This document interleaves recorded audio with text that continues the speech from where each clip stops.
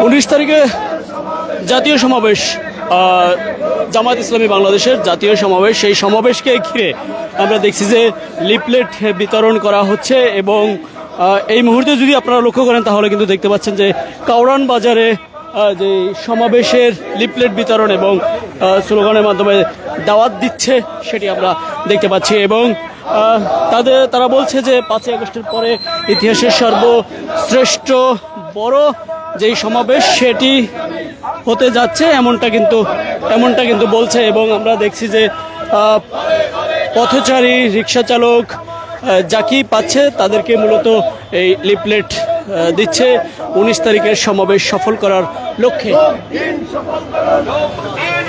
দেখতে পাচ্ছেন আপনারা কারণ বাজারের ভিতরে যেই দোকানপাট এবং বাজারগুলো রয়েছে সেই বাজারগুলোতে আমরা দেখছি যে লিফলেট বিতরণ করছে। এবং এই মুহূর্তে যদি আপনারা লক্ষ্য করেন তাহলে দেখতে পাচ্ছেন যে দোকানে দোকানে এসে লিফলেট বিতরণ করছে। এবং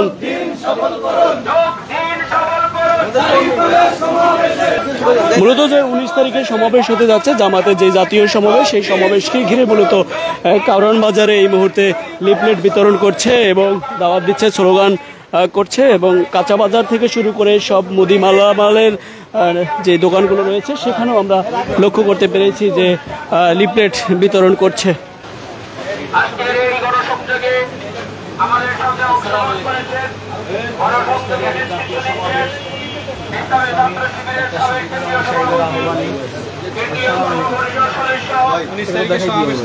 ঢাকা মহানগরী উত্তরের সংগ্রামী সেক্রেটারি প্রিয় নেতা জননেতা ডক্টর রেজাউল করিম, আরো উপস্থিত রয়েছেন ঢাকা মহানগরী উত্তরের কর্মপরিষদ সদস্য, মহানগরীর প্রচার ও মিডিয়া সেক্রেটারি, আমাদের সকলের প্রিয় নেতা আতাউর রহমান সরকার ভাই উপস্থিত রয়েছেন